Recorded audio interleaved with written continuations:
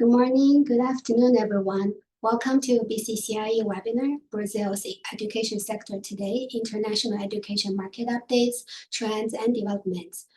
My name is Kate. I am the Manager of Market Support and Partnership Development here at BC Council for International Education. My colleague, Alfredo, is also here on this call, and we both will be supporting today's webinar. Thank you so much for joining us for what we hope will be engaging and informative webinar on international education in Brazil. Today's webinar is also co-hosted by the Consulate General of Canada in São Paulo. Before we get started, it is important that I acknowledge that at BCCIE, we live and work on the unceded traditional territories of the Coast Salish peoples of the Musqueam, Squamish, and Tsleil-Waututh nations. Now, just a few very quick housekeeping notes. We're all familiar with Zoom, so please use the chat box or the Q&A function for any questions or comments throughout this session. If you need any technical assistance at any point, please also use the chat function and we will be happy to help. Now, I would like to introduce today's speaker, Ms. Fernanda Albano, Education and Trade Commissioner at the Consulate General of Canada in São Paulo. Just a little bit context, Fernanda shared with us about a recent call by CAPES, which is Brazil's main government agency for the advancement of higher education and research. And this initiative promotes the creation of international networks between Brazilian and global higher education and research institutions. So in today's presentation, in addition to the general overview of international education in Brazil, Fernanda will also provide specific information about this program for those who are interested in learning more. And this information is also available on the BCCIE website. Now, without further ado, I will pass it over to Fernanda.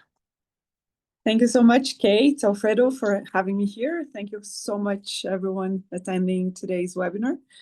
So as Kate has mentioned, I'm the Trade Commissioner covering education based out of Brazil.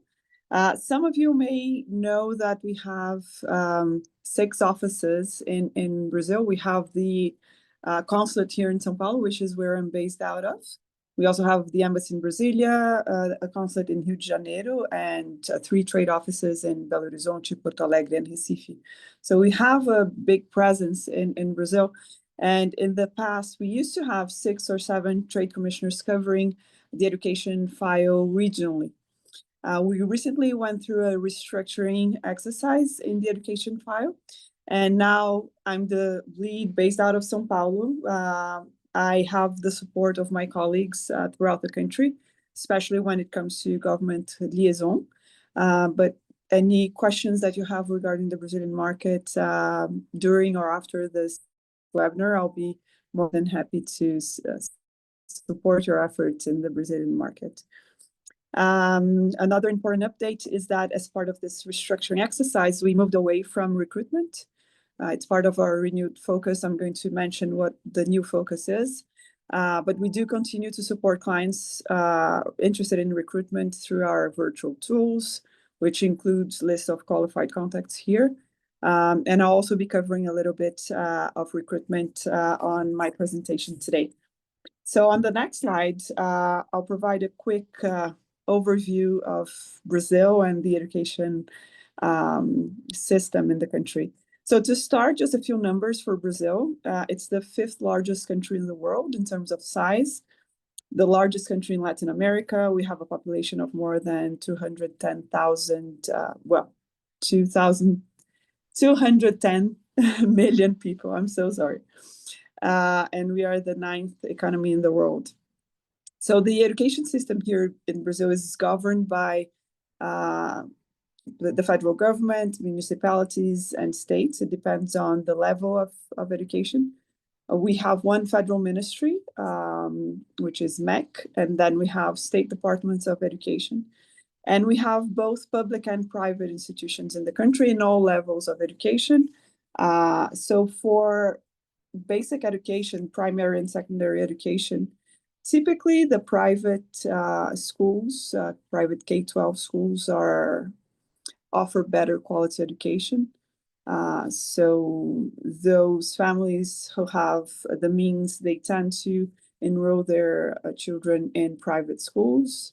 around 18% of Brazilians attending K-12 are in these private schools. We have about 3% of bilingual schools here, mostly Portuguese, English, but also there's some French, German, Italian. We have close to 50 IB schools here and several schools with dual diplomas, including from Canada, from the US, from the UK. When it comes to higher education, it's a different scenario. So typically, the public institutions in Brazil, the public universities offer higher quality education. They are typically ranked higher on international rankings. They are completely free of tuition, regardless if you're a Brazilian national or an international student. It's free education, both in all levels of education, including for higher education. The public universities tend to be more research-oriented, but we also have great universities that are private universities that also have important lines of research. So basically, education in Brazil is a mix between private and public, and all levels of government, depending on the level of education, they have their own responsibilities when it comes to education. On the next slide, I'm going to speak a little bit of our commercial and academic opportunities as being the current focus. So I mentioned that we have these shifting priorities. The current focus is on commercial and academic opportunities. And some of the interests that we have recently come across in Brazil when it comes to commercial opportunities are short-term immersions, especially for young professionals. It's typically 1 or 2 weeks. It's usually focused on high-interest topics, so artificial intelligence, ESG, innovation. These programs that are popular in Brazil, they tend to integrate the academic content with practical experiences. So these players are looking at site visits, case studies, interaction with Canadian businesses and innovation hubs. So this is one of the trends we're seeing in Brazil when it comes to commercial opportunities in education. There's also partnerships with local educational institutions for customized or seasonal study programs, both for high schools and for higher education. So these programs can be tailored to specific cohorts, usually during the summer or during our winter. Because in Brazil, our longest break is in December, January, but Brazilian students tend to prefer to travel in July because December, January is usually when we spend with our families and do our vacations per se. So one example of this type of opportunity is med schools, for instance, looking for short-term programs for their med students who can't really go abroad for longer than 4 weeks to have a specific English Plus program abroad so that they can join the English portion of the program, but also activities related to the medical profession, life sciences. We also see faculty and staff capacity building initiatives, particularly in the post-secondary level. And that's especially true now with the trend of internationalization at home. So there is a demand for programs such as English as a medium of instruction. And I'm going to talk a little bit more about that when I speak about higher education and the CAPES Global program. There's also the sale or licensing of Canadian curricula. When it comes to the private K-12 market in Brazil, it is very competitive. Most reputable schools became bilingual, mostly Portuguese, English, some years ago. And they are now seeking to implement international curricula, such as Canadian dual diploma, to enhance their appeal and and to allow them to increase their tuition fees as well. Online courses are also a possibility. They're usually not the preferred option for Brazilians. It's usually in person, but sometimes budget constraints make it more attractive to have commercial opportunity, to have online or hybrid programs. As for academic partnerships, we see that Brazilian institutions are actively looking, seeking partnerships to expand the academic collaboration they have, the global engagement they're having. Capes Global is one tool that they are going to be accessing to seek those academic partnerships. Areas of interest for these partnerships include joint research, academic mobility, dual degrees, articulation agreements, curriculum development. There is growing demand for graduate student co-supervision for English as a medium of instruction, EMI, as I mentioned, and COIL. And another interesting opportunity here that we see is the institutional partnership with local government. So Brazilian states and municipalities, they are actively pursuing international education and research partnerships. Many of them are already engaging with Canadian provinces and players in Canada, usually for teacher training, for research, for academic mobility. We have really many states and municipalities in Brazil sending thousands of public high school students to Canada. I'm going to name a few: São Paulo, Paraná, Sergipe, Espírito Santo, Minas Gerais, Pernambuco. There are many, and that is a trend that we see. It started with states, but it seems to be spreading to municipalities as well. So that is for high school students going to Canada, but we also see some other states like Paraná and Paraíba, for instance, that support mobility at the higher education level, and they're seeking further collaboration with Canada. So that's also something to be considered here in the Brazilian market. On the next slide, I'll speak a little bit about recruitment before we move to our other priorities. So international education is a 1.4 billion Canadian dollar sector in Brazil. The number of Brazilians studying abroad is something that we don't have the exact numbers for, because we don't have an official outbound number in Brazil. We don't have any government level department telling us how many Brazilians are seeking to study abroad. There are some estimates. So ISA, for instance, estimated at least 110,000 Brazilians studying abroad last year. Bonard estimated 300,000. So anywhere in between is the amount of Brazilians seeking to study abroad last year. It's interesting to note that Canada remains the number 1 destination. It has been so for 23 years, which is, I find, very impressive. The top 5 destination countries include, Canada is the first, US is the second, followed by UK, Ireland, and Australia. Some of these numbers I'm providing you comes from BELTA, which is the Brazilian Education and Language Travel Association market research. Why that is important? So BELTA is the Association of Education Agents in Brazil. Because Brazil is such an agent-driven market, approximately 60% of students use education agents to choose their the destination and their program to study abroad.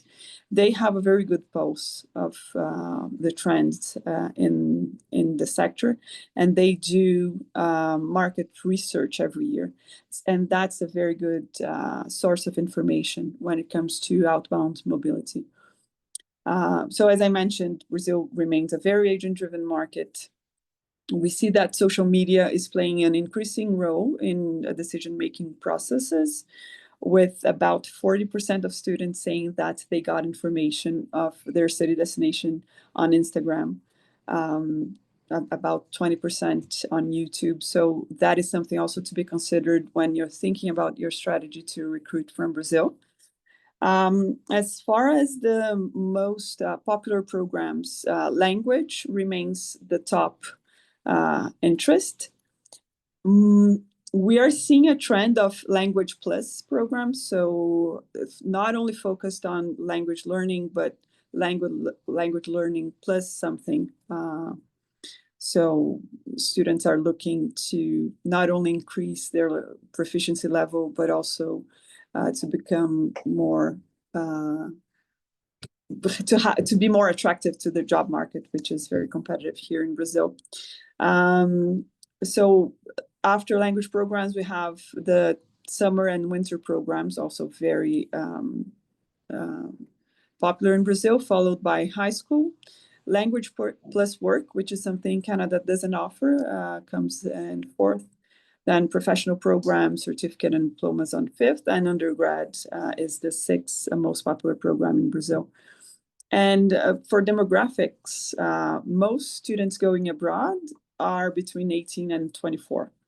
And they usually spend anywhere from, a couple of weeks to up to 3 months or abroad. So half of these Brazilians going abroad, half of them are spending 3 months or less abroad.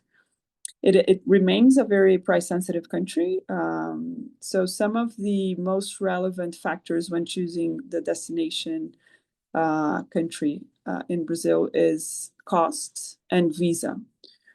So, flexible payments is something that Brazilians really appreciate. Some other factors that influence the decision. I always find it interesting that quality of education is not the first in this list, but quality of life is. So quality of life is number one, followed by how beautiful and culturally attractive the country is, where it's located, if they have recommendations from friends and family. And that is great for Canada because everybody in Brazil knows somebody that has studied in Canada. It's something really striking for me. Public safety is something very important as well. And how easy it is to obtain a visa is also a key player in this decision-making factor. And then living costs and quality of education. There are other factors, but these are the main ones. On the next slide, I'm going to start with the main players in the education landscape so that we can move to more academic opportunities. So as I mentioned before, we have a federal Ministry of Education, and they're responsible for formulating and implementing the educational policies and programs in Brazil. So within this Ministry of Education, we have CAPES, which is the Coordination for the Improvement of Higher Education Personnel. It supports international cooperation initiatives such as CAPES Global, which I'll cover shortly. But they also provide scholarships in Brazil and abroad, as well as teacher training and professional development. So they have sent large cohorts of Brazilian teachers to be trained in Canada, for instance, in colleges in Ontario. I also mentioned previously that many Brazilian states have their own internationalization initiatives. Within these states, we have the state-level research support foundations. And the initials in Portuguese for that is FAP, FAP. So that's why we call them FAPs. Nearly every state have their own FAP, and they promote scientific and technological development. Those people joining us today that are in universities, they have possibly heard of FAPESP, FAPERJ, FAPEMIG in Brazil, Fundação Araucária in Paraná. So they're all state-level research support foundations, and they also have their own scholarships for research. So having covered that, let's talk about CAPES Global, which is the new institutional internationalization program launched by CAPES. So first of all, it's important to highlight that this program is, in the next slide, please. this program is designed to support graduate level internationalization. So all Brazilian institutions seeking to participate in this program, they all must have graduate level programs. So CAPES Global is a program that CAPES developed and has recently launched. It builds on the efforts promoted through CAPES Sprint, which some of you may be familiar with. It ran for the past 5 years. It was also focused on graduate level education. So with that previous program, CAPES Sprint, 36 Brazilian universities received funding to institutionalize their internationalization activities, making them more robust in their international engagement. So building from CAPES Sprint, CAPES now launched the CAPES Global program. It was launched in July this year. The Brazilian institutions are still applying for it. The deadline is end of October. So CAPES Global aims to foster the creation of networks of cooperation among Brazilian higher education and research institutions and international partners. So the idea is, from the Brazilian side, one university will be the coordinator of the network, and they're going to associate to partner with 3 to 5 universities. So these will be named associates. So there's one coordinator and 3 to 5 associates. The idea is that the coordinator of the network is already a very internationalized institution, so possibly a subgroup of CAPES Sprint, which I mentioned. And this coordinating institution will support the smaller ones, less internationalized, and that are located in different regions of Brazil. And the goal is to increase their international presence and their relevance. So the reason why these coordinating institutions must work with universities from different regions of Brazil is because the most internationalized universities here are typically located in the southeast of Brazil, and many of them in São Paulo specifically. So those of you in universities possibly heard of USP, which is the University of São Paulo, Universidade de São Paulo, Unesp, Unicamp. They're all located here in São Paulo. They're ranked among the best in the world. USP is among the 100 best universities according to international rankings. So that is to say why the importance of these coordinating institutions to partner with universities from other regions of the country necessarily. So these networks, they will select research themes under which they will work together. And these themes must be aligned with the United Nations Sustainable Development Goals and to the Brazilian national priorities. So some of the Brazilian national priorities include our STI strategy, Science, Technology, and Innovation Strategy, the Brazil's AI Plan, the National Bioeconomy Strategy, and other priorities that we have here in Brazil. On the next slide, we'll talk about the funding. So they will provide approximately 90 million Canadian dollars per year to the selected networks over the next 4 years. Each network will receive at least around 1.1 million Canadian dollars and up to 6.7 million Canadian dollars. And what it will fund? It will fund institutional activities, so international missions, conferences, seminars, theme-related activities, so project maintenance funds for international cooperation, research projects, travels to present research findings in international fora, etc. It will also fund scholarships, both inbound and outbound. So for graduate students and researchers, the sandwich PhD that we call, both inbound and outbound, they will fund visiting professors as well, inbound and outbound. Capacity building, this is something that raises a lot of questions. So capacity building is for short term, so from 15 days to 3 months for graduate students and staff. So, and this is for outbound only.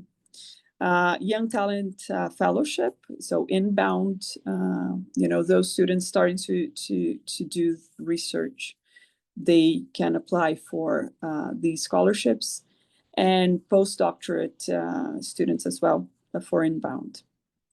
One thing that is at the heart of this program is internalization at home.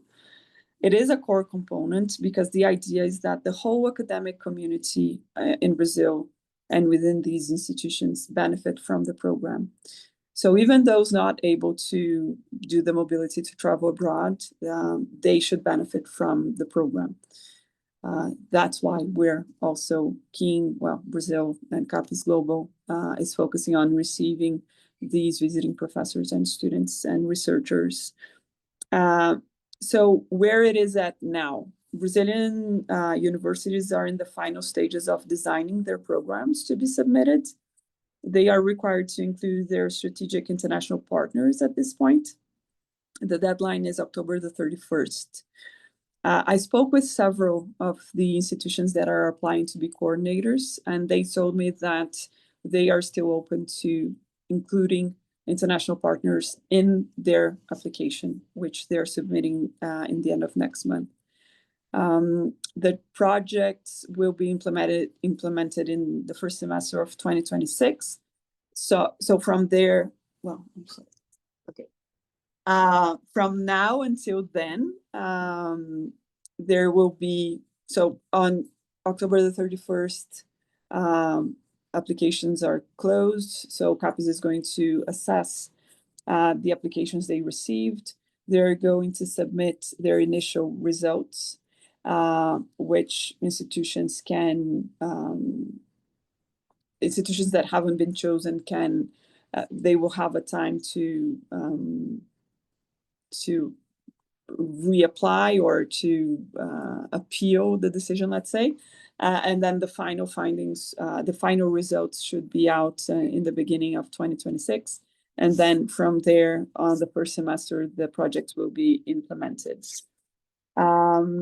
So if you have, partners in Brazil that you would like to partner with within this program, I highly recommend that you reach out to them now. They're still open. Most of them are still open to including international partners. It is possible that eventually throughout the program, additional partners can be included, but it's still something that is not very clear. So the timing, ideally is to reach out to them now. And you can either reach out to, the international departments in Brazil, but the coordination of this program within the universities in Brazil lies with the research provost. So it's usually that can be a more strategic point of contact, or reach out to your professors, researchers that are already working with Brazil and go through them to see what type of research they're doing, if the themes they're working on align with the themes that CAPES Global has determined to be the strategic ones under this program. And, I'm here as well to help you connect with Brazilian institutions that can be open to speaking about these opportunities. And then the next slide, I'll just cover a little bit what we have in Brazil in terms of education events. For those of you interested in institutional partnerships in higher education research, FALBI is the equivalent to CBIE here in Brazil. So it's the largest international education event focused on higher education partnerships in Latin America. The next edition is taking place in the south of Brazil, Florianópolis, on April 2026. They also have their regional conferences throughout the year, and this is, the ideal event for those seeking these type of conversations in Brazil. For those looking at recruitment, we have education fairs. So we have major organizers, including BMI and FPP. We as trade commissioners are no longer participating in recruitment fairs. As I mentioned, our focus has changed. So we're not attending those, but our colleagues from IRCC, from immigration, are joining several of them. So we do have a presence in these fairs. We also see that high schools throughout Brazil, especially those that send a lot of students abroad, they organize their own events. It's usually around August and September. And they are also, especially for those institutions not working with agents, these alternatives are a good way to speak to the student directly. For those that do have partnerships with agents, some education agents have their own recruitment events for schools in their portfolio throughout the country. We also have ISEF in Brazil. It's usually either in São Paulo or Rio de Janeiro. It focuses on partnerships with agents. It's open to all levels of education. And there are also some smaller events here. These are the main ones that I would highlight at this point. And that's pretty much it from my end now. I imagine that you have a few questions, which I'll be more than happy to reply if I have the answers to, or look it up if I don't.